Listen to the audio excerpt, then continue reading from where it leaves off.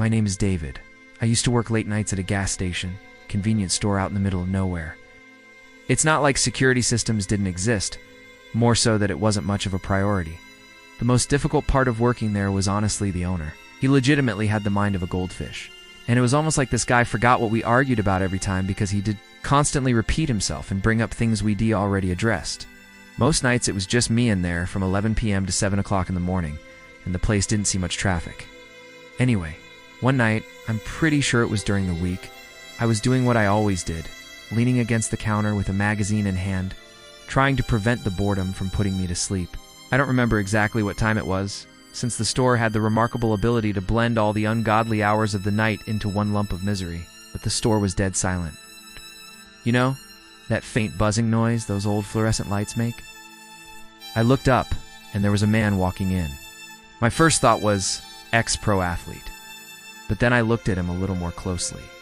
He was quite literally covered in blood, or I guess it could have been red paint, but I knew it wasn't. It was everywhere. It was a cartoonish amount of blood, which is why my brain took so long to process it. But what really got me were his eyes. They were just empty. I don't know how else to describe them. There was nothing behind them. He legit looked like he was just walking into the gas station at 2 a.m. on any other night. It was like he didn't even know he was drenched in what was very clearly blood. I don't want to come across as some pathetic loser. It was genuinely a terrifying situation. I was completely frozen, and all I could do was stare at the guy. I couldn't help myself. He noticed obviously, smiled at me and said, "Calm as anything, don't worry." My brain immediately went into panic mode. I acted normal, rang him up, avoided eye contact, and let him leave. It was him. Furious. He accused me of calling the cops. He jumped the counter and attacked me. He strangled me. I thought I was going to die. It worked. He ran. Police came later. They never followed up. Nothing was on the news. Okay, if you thought that was crazy, I promise you this one's worse. A few months after the first incident, I was still working at the same gas station, which was probably my first mistake considering what happened. But I needed the money. Also, there was a part of me that had convinced myself it was just a freak occurrence. A one-time thing that had no chance of ever happening again. But that's not the case. It was another late night when the next thing happened. Looking back, the circumstances surrounding the night were pretty much identical to that of the first incident. It was a late night. I was alone in the store, dying of boredom, etc. So anyway, this guy walks in the store and immediately catches my eye. The first strange thing I noticed was that he was wearing a suit, and not just any suit. This thing looked expensive. It was dark gray and perfectly tailored. He had no business being anywhere near a gas station past midnight dressed like that. My first thought was that he must be coming from a wedding or maybe some kind of corporate event. I mean, there had to be some kind of explanation for what he was doing. But even important people don't walk into gas stations in the middle of nowhere wearing nice suits. It just doesn't really happen, and I would know. The guy didn't browse or even so much as glance at the aisles. He clearly wasn't hiding his intentions or just didn't care enough to. Instead, he walked right up to me. He didn't speak or even look at me, just reached into his jacket pocket and pulled out a photograph. At first, I was beyond confused, but then I looked down at the picture and I couldn't believe my eyes. It was a picture of that guy. It's that guy who had come into the store with blood all over himself and tried to kill me. The photo wasn't 100% clear, but I was sure it was unmistakably the same person.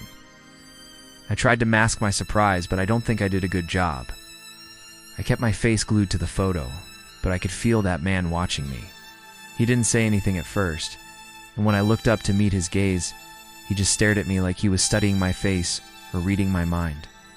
I wasn't sure if he was expecting me to say something, so I didn't. It was painfully awkward.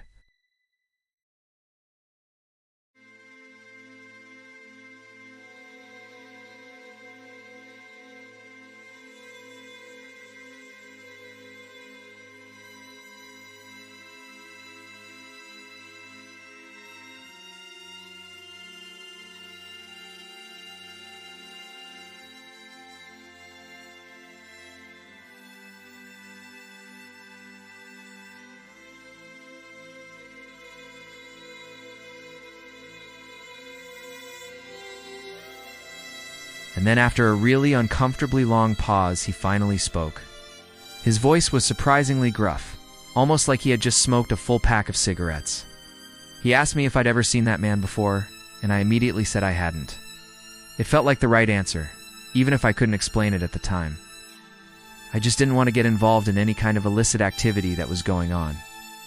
And my gut was screaming, deny, deny, deny.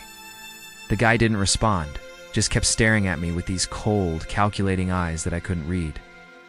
It was really unnerving, especially given what he was asking me about. The silence was excruciating, and with every passing second, I lost confidence in the believability of my lie.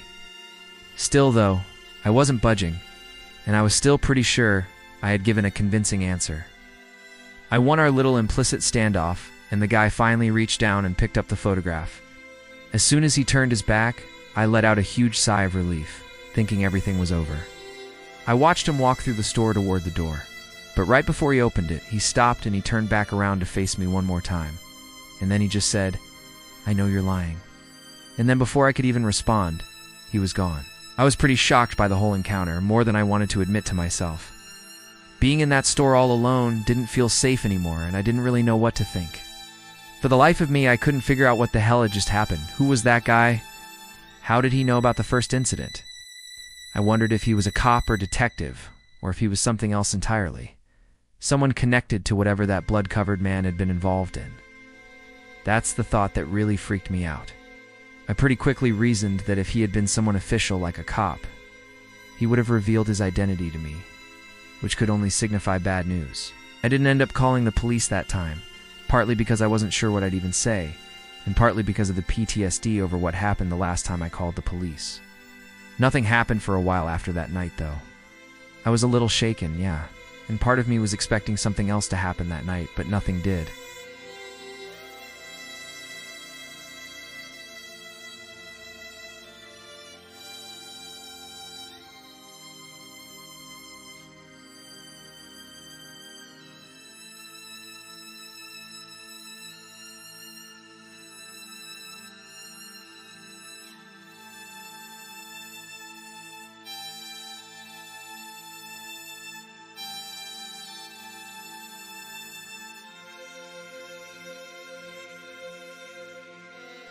It wasn't until a few weeks later that I started thinking something might have actually been wrong.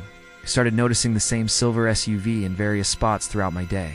First, it was parked across the street from the gas station during my daytime shifts, which was normal enough, but then I noticed it in the parking lot of the grocery store I went to, which was a touch stranger.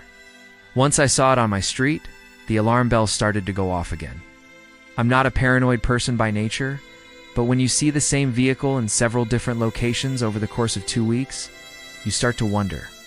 I had a feeling I knew who it was, and I told myself the next time I saw the car, I would call the police and report it as discreetly as possible. I knew it was that guy who had walked into the store that night in a suit. It had to be him. The worst part about it all was not knowing how he'd figured out where I lived. Somehow he tracked me down. You have to remember I lived alone at the time. It's not like I had protection at home or a lot of people to consult on this. I don't know why, but I convinced myself things would blow over if I just ignored it, and of course, that was an awful way to proceed. About 3 weeks after he'd first shown up, I was jerked awake in the middle of the night by the sound of glass shattering. My first reaction wasn't to freeze or flee, but to fight. I grabbed the baseball bat I kept under my bed and ran into the living room. There was no one there, which I was able to determine in just a few minutes because the house was pretty small. There was something, though. There, sitting in the middle of the living room floor, surrounded by broken glass, was a rock. Just a plain rock, maybe the size of a fist. There was no note attached to it, but I understood what it meant. In that moment, I realized I couldn't do this anymore. That guy had clearly been stalking me, and he was clearly involved in something awful and was trying to tell me something. I didn't know what that thing was, but I knew I wanted no part of it, so I caved. I quit my job the next day and started looking for other places to live. It took me a little over a month to find a nondescript apartment a few towns over, and I figured that was good enough.